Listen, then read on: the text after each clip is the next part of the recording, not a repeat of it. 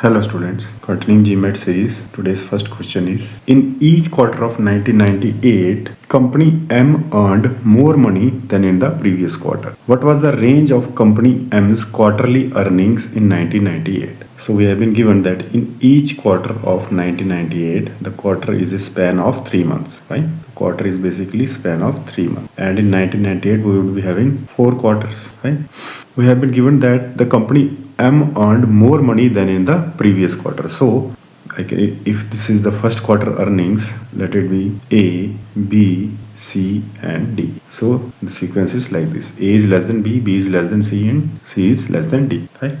So the question he asks is, what was the range of company M's quarterly earnings in 1998? So range will be basically D minus A. That means fourth quarter and first quarter earning difference, because B and C has to be less than D and greater than A. Right? Now we will look upon the statements. Statement number 1 says that in the second quarter and third quarter of 1998, company M earned 4.0 million and 4.6 million. So we have been given B and C, and obviously B has to be less than C. So this is $4.0 million and this is $4.6 million.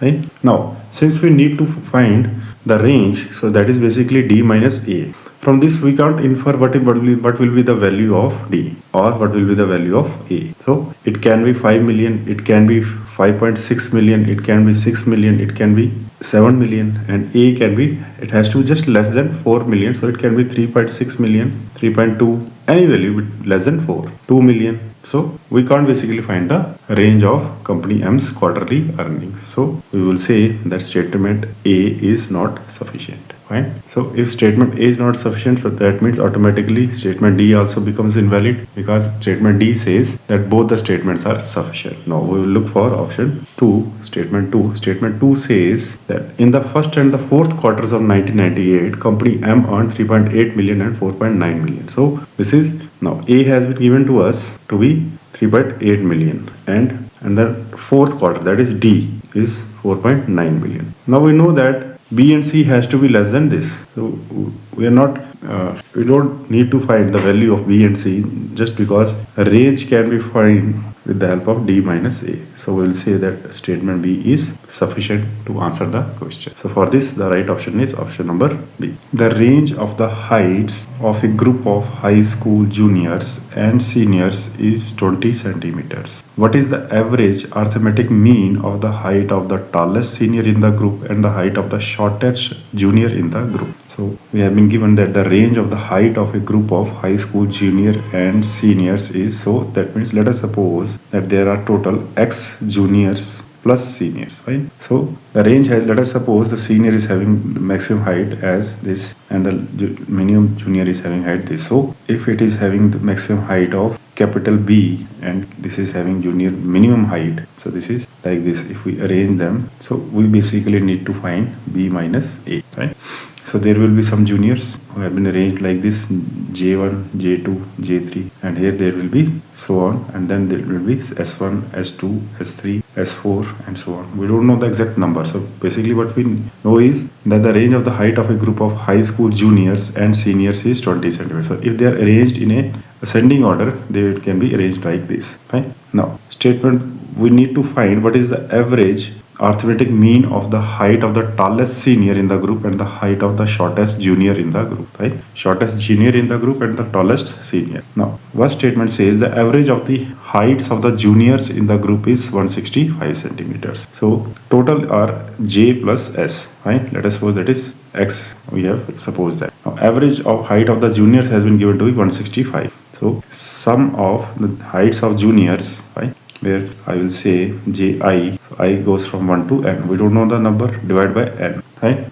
So this has been given to us to be 165. Now from this data, we can't know that which is the minimum height of the juniors. Let us suppose we have juniors having height 165 into 4, right? There are 4 juniors only with height same as 165. And when I divide it by 4, we will be getting the average as 165. Right? Or there can be case in which there will be heights 162, 163, 164, 165, then 166, 167, and 168. When you add all these up, So there are 1, 2, 3, 4, 5, 6, 7. So when you add all this, again you will be getting the height equal to 165, the average. So from here we can't know the minimum height of a junior. So statement A is not sufficient, which makes statement D also not sufficient. Now statement 2, it says that the average of the heights of seniors in the group is 179 centimeter. So this is summation of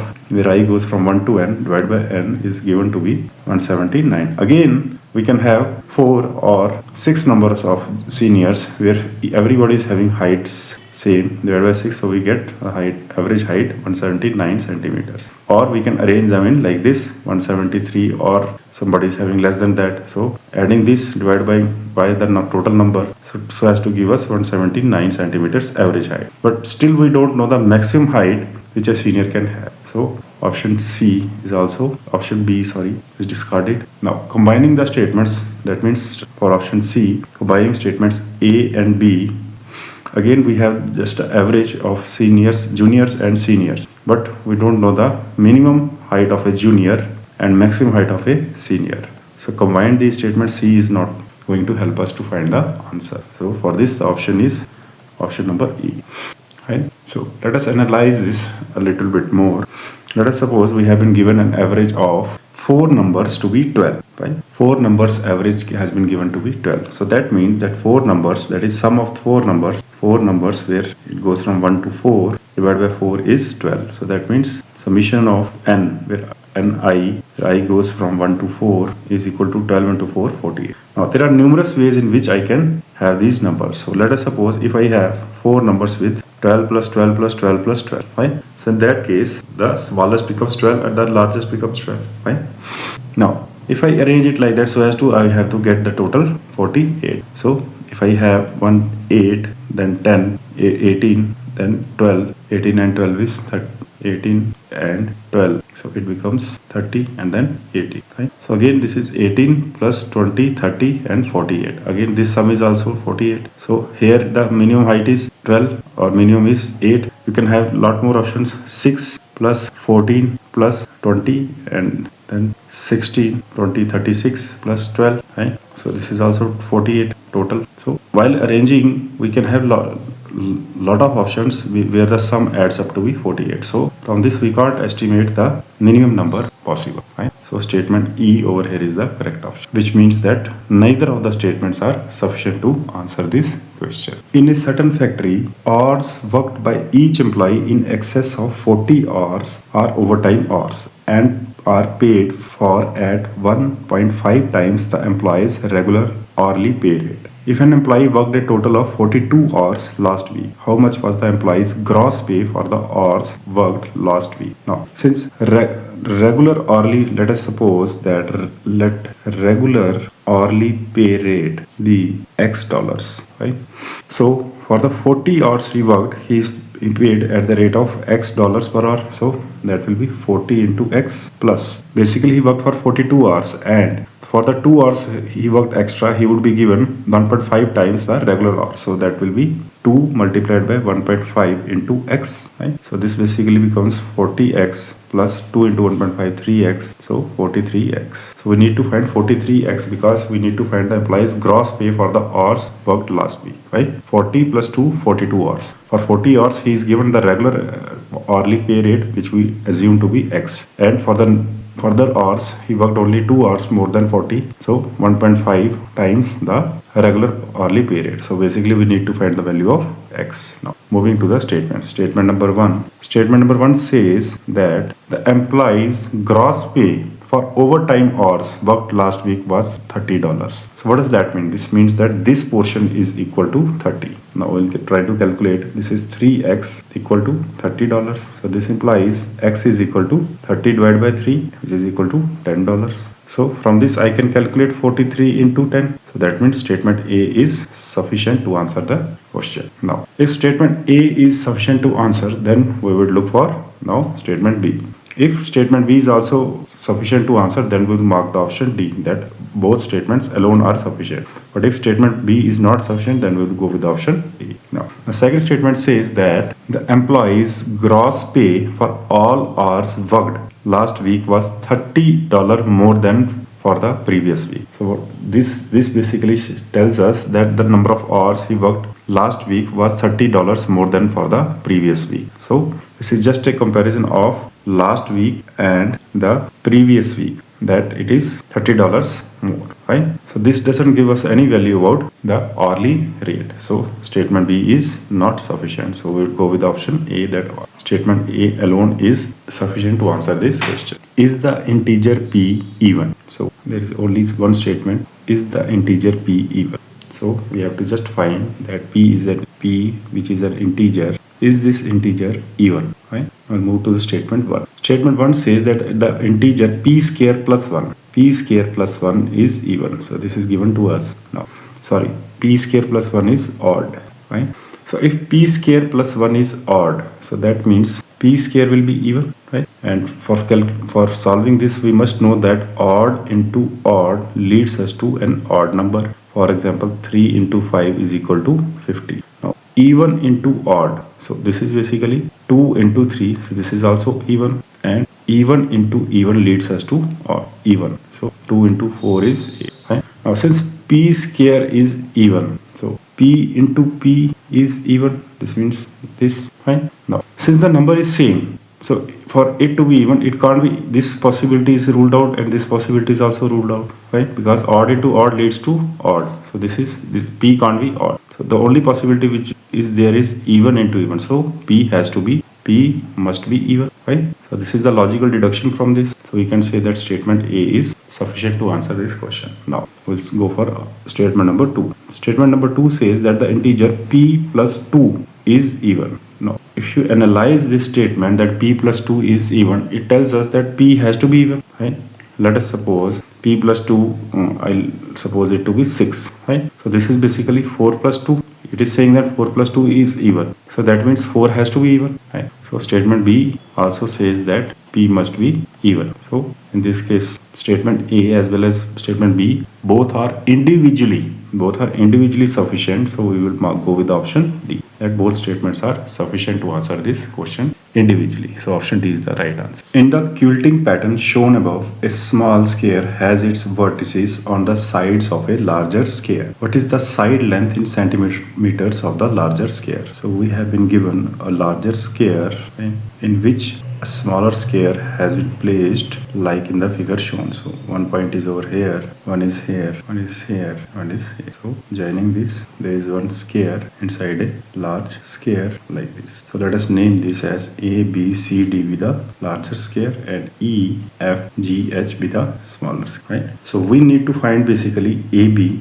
or BC or CD or AD. Now we see that AE is equal to FG is equal to GC is equal to HB, and EB is equal to AF, right? DG CH, right? So I can write AE to be equal to FD equal to GC equal to HB, right? And the longer side EB is equal to AF, EB equal to AF equal to DG equal to longer side this CH. So basically this means that triangle AEF is congruent to triangle DGF because this angle is 90 degrees. So angle contained is also in between the two sides is equal. So is congruent to triangle DGF. DGF is congruent to triangle CGH is congruent to triangle HEB. So this is what I can deduce from the main statement. Now moving to the first statement. The first statement says that the side length of the smaller square is 10 centimeters. So what does that mean? That means that smaller square, that is EH is equal to EF is equal to FG equal to GH equal to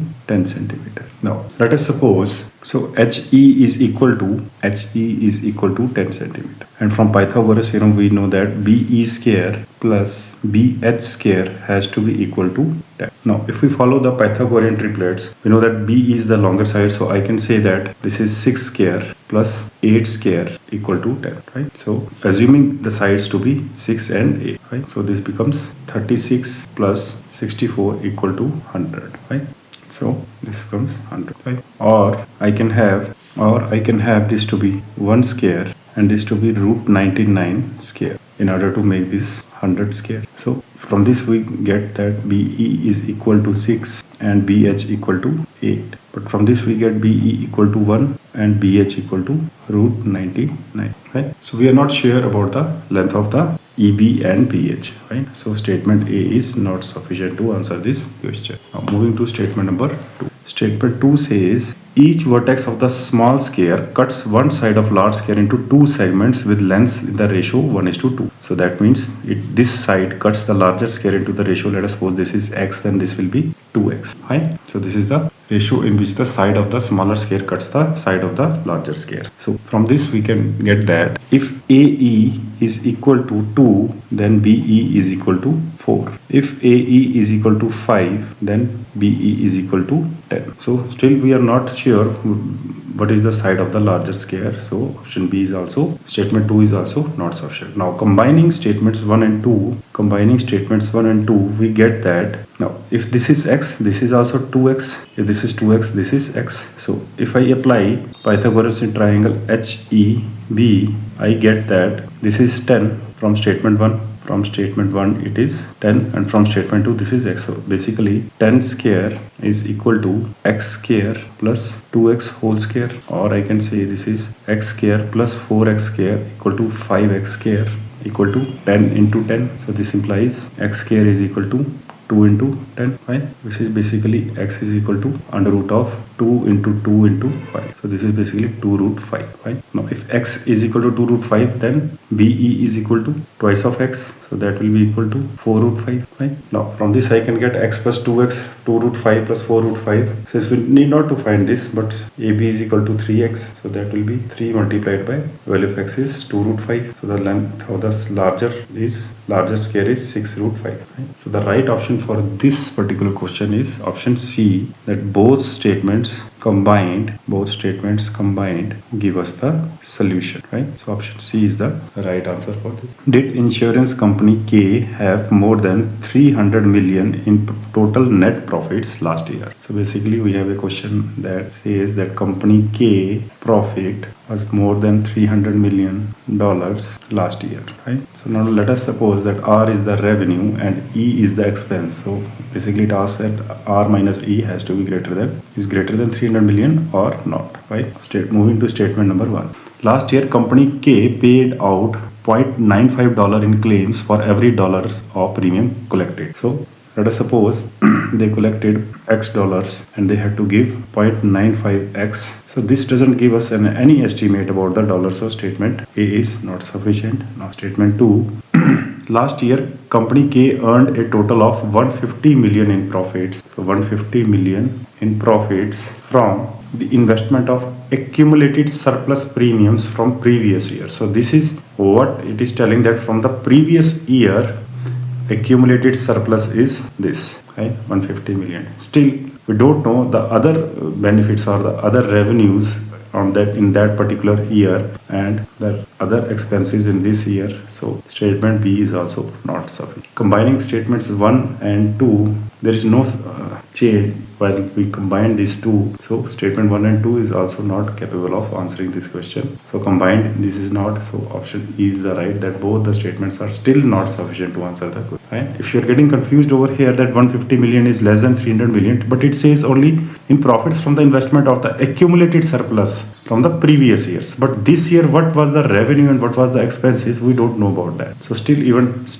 B statement is not sufficient to answer this question. How many hours would it take pump A and pump B working together, each at its constant rate, to empty a tank that was initially full? Right? So simply we need to find that how much time pump A plus pump B take to empty a tank, right, which is completely full initially, so we need to find this. For this, if it do its general analysis, we need to find its first capacity of the tank and its rate, pump B's rate and pump A's rate, right? So with this knowledge, let's dive to the first statement. First statement says that working alone at its constant rate, pump A would empty the full tank in 4 hours 20 minutes. So this basically says that pump A can, at its constant rate, can empty the tank in 4 hours 20 minutes. This doesn't say anything about pump rate B or the capacity of the tank. Now moving to statement 2, working alone, pump B would empty the full tank at its constant rate of 72 liters per minute. So the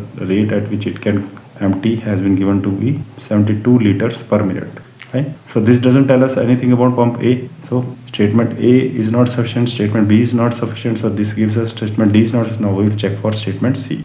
Statement C is that combining both these we will get the rate of these two, but still we don't know the capacity of the tank, right? So that means we are not able to find the answer when we combine the statements too. So this is also not true. So statement E, that both the statements are not sufficient to answer the question, is right. Right? What is the value of the integer n? So from the statement I can only deduce that n is an integer and we need to find the value of this. Right? Now statement 1. Statement 1 says that n is greater than 101 and less than 103. Now is this statement sufficient to answer this question? Yes. Why? Because there is only one integer in between 101 and 103, which is 102. So definitely n has to be under 2 because n is an integer. So statement A is sufficient to answer this question. Right? So we are now left with option D if B is also correct, or option A. Right? Now statement 2 says that 202 is less than 2n and less than 206. So what does that mean? Dividing the whole inequality by 2, positive 2, we get 101,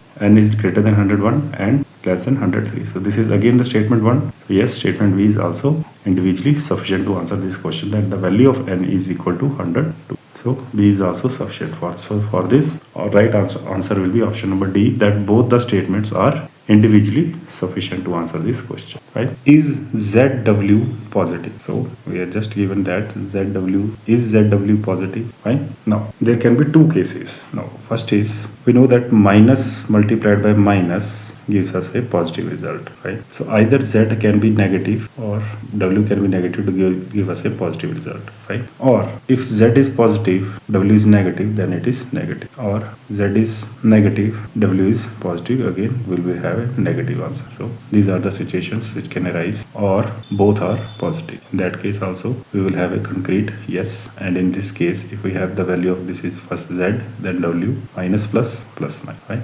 So we need to find the correct signs of Z and W so as to answer that whether it is positive or not. Even if in this case also, if we get the concrete value that Z is negative, W is positive, then it is negative. So we can say that ZW is not positive. So no also is a concrete answer. Now we'll move to the first option, first statement, which says that Z plus WQ is equal to 20. Now if we analyze this, let us suppose that let Z is equal to 12 and W is equal to 2. Now this becomes 12 plus 2 cube equal to 12 plus 8 equal to 20. Right? So in this case Z is positive and W is positive, so we can say that ZW is positive. So we can give a concrete answer that it is positive. But what if Z is equal to minus 7 and W is equal to 3? So in that case it will be minus 7 plus 3 cube, right? So this will be minus 7 plus 27, which is also 20. So in this case we are getting Z to be negative and W to be positive, which gives us negative. So statement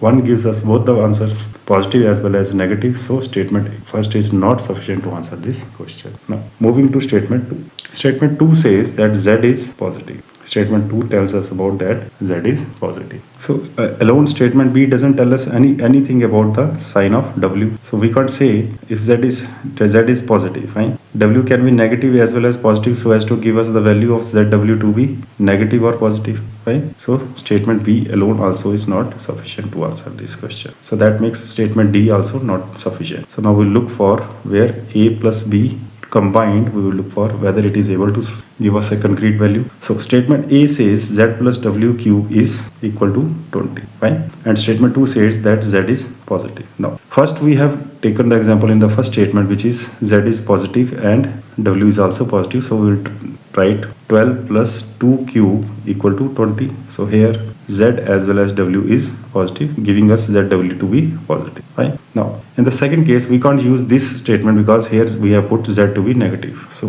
we have to find an option where Z being positive. So let us suppose that Z is 47. So I put the value of Z to be 47 and the value of W to be minus 3, right? So in this case it will be 47 plus minus 3 whole cube. So this is basically 47 minus 27, which is equal to 20. So here Z is positive and W is negative, and it satisfies both the conditions that Z plus W cube is equal to 20 and z is positive also. So z into 47 into minus 3 will be negative. So in both the statements it is giving the value of zw2 positive as well as negative. So statement D is also not sufficient to answer this question. So we mark the option E, that both statements are still insufficient to answer this question. So statement E is the right option. On a scale drawing of a certain house plan, if 1 centimeter represents x meters, what is the value of x? So on a scale, 1 centimeter represents x meter, right? Or 1 centimeter square will represent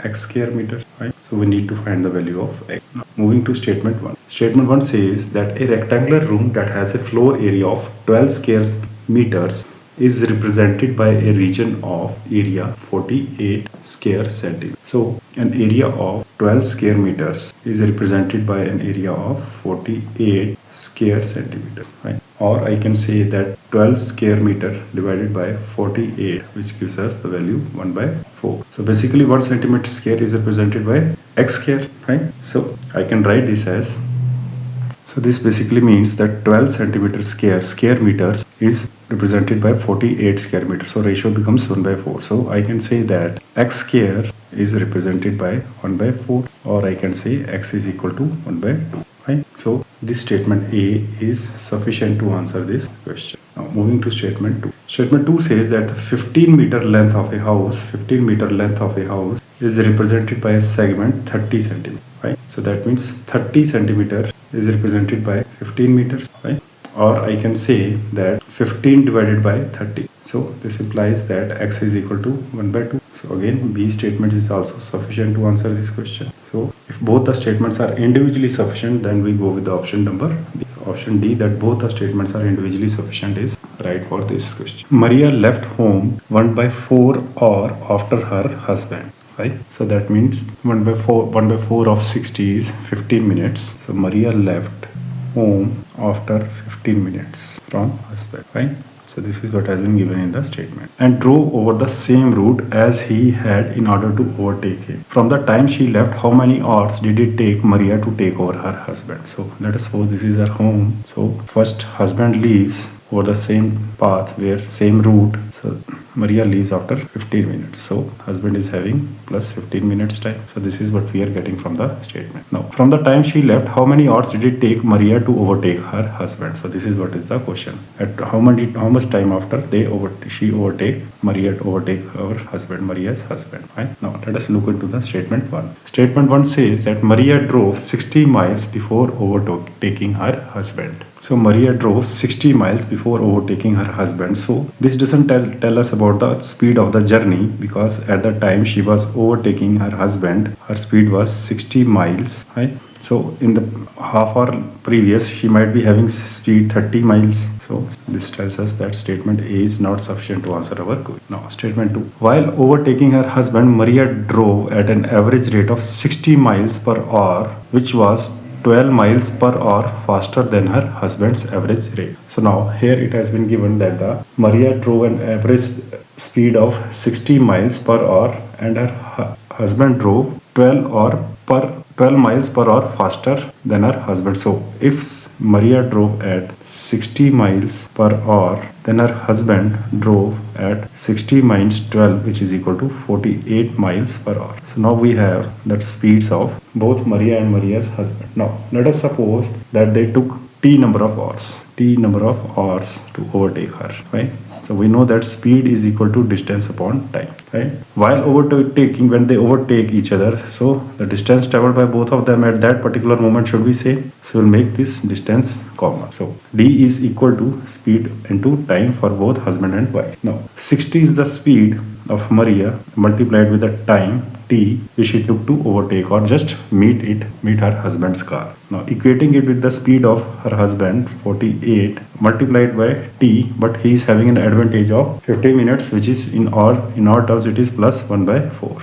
Now since the whole equation is in terms of t, we can solve this. So for the right option will be option B. So you can simply write the answer and move forward just by getting the know that it is a single variable equation and you can easily find the value of t. But for solving purpose, for here I will solve this. This becomes 60t equal to 48t plus 48 upon 1 by 4. So this is basically 12. Now 60t minus 48t has to be equal to 12. So this means that 12t is equal to 12. So this means t is equal to 1 hour. 12 divided by 12 is 1. So it took Maria's husband 1 hour. Maria to 1 hour to overtake her husband's car. Right? So this statement B is alone sufficient to answer this question. In the rectangular coordinate system above, if triangle OPQ and triangle QRS have equal area, what are the coordinates of point R? So first of all, we will draw the figure. This is 0, O, origin, Q, S on x-axis. This is y-axis. So here it is 90 degree. P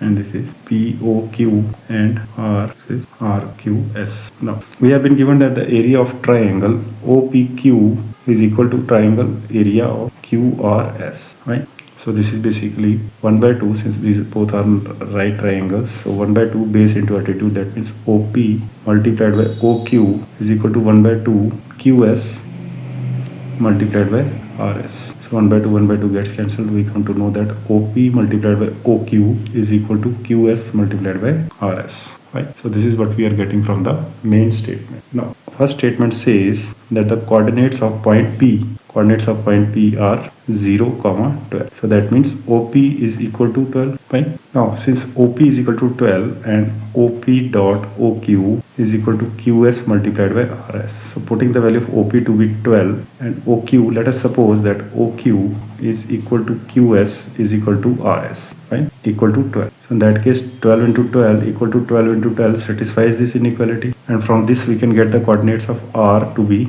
OQ plus QS. So that will become the x coordinate. So OQ plus QS is 12 plus 12, 24, and RS is 12. So 24, 12. Right? Now let us suppose try to find out some other possibility. Now let us suppose OQ is 12. Now OP into OQ has to be equal to the product of QS into RS. Now OP is given to be 12. Right? And let us suppose OQ is equal to 12. Right? And now let us suppose QS to be 24. QS to be 24. And now product here is 144. So for product to be equal, RS has to be 6. Right? So that 12 into 12, 144. 24 into 5 is 120. 24 into 6 is 144. Now in this case, the coordinates of R will be QS is 24 plus OQ. So 12. So 24 plus 2, it becomes 36. So coordinates of R will be 36, comma RS. So RS is 6. So you see, we are having two coordinates of R, keeping the condition which has been given to us in the main, and OP equal to 12. So that means statement A is not sufficient to answer our question. Right? Now moving to statement number 2. Now statement number 2 says that OP is equal to OQ and QS is equal to RS. Right? Now, so when we analyze statement 2, given the condition from the main statement that OP multiplied by OQ is equal to QS multiplied by RS, and since QS is equal to RS, so I can write it here QS square equal to OP square. Right? So there can be numerous values for OP and QS. So I can write, let us suppose that OP is equal to 36. Right? So 36 square equal to QS square. So that means QS also has to be 36. So in that case, the coordinates of R will be equal to, now QS is 36. OQ is 36, so it will become 72, and OP is 36, so 72.36. Or I can have 14 square equal to 14 square. In that case, OP and OQ will be 14.14 equal to 14.14. So in that case, R will be having value. So this is OP, OQ, QS and RS. So X coordinate will be QS plus OQ. So QS plus OQ is 28, comma OP. So RS is 14. So R can have the coordinates 28, comma 14. So these statements is also not sufficient. Right? Now moving to when we combine statements 1 and 2. Now when we combine statement 1 and 2, we come to know that OP is equal to 12. Right? From statement 1, OP is 12. And from main statement, we have OP dot OQ equal to QS dot RS. Right? And from statement 2, we have OP is equal to OQ and QS is equal to RS. So here OP is equal to OQ, that means 12.12. So this product can be equal, and QS is equal to RS only when this is QS square, or I can write this is also 12 into 12, right? Because QS has to be equal to RS and this must be equal to 12 square. So that means that the coordinates of R will be QS plus OQ 12, so 24, comma RS 12. So these are the single coordinates possible for R when we combine the statements 1 and 2. So right option for this will be option number C. So when both the statements are combined, we are able to give the coordinates of R. So option C is the right answer. Thank you for today's lecture. Bye bye. Take care.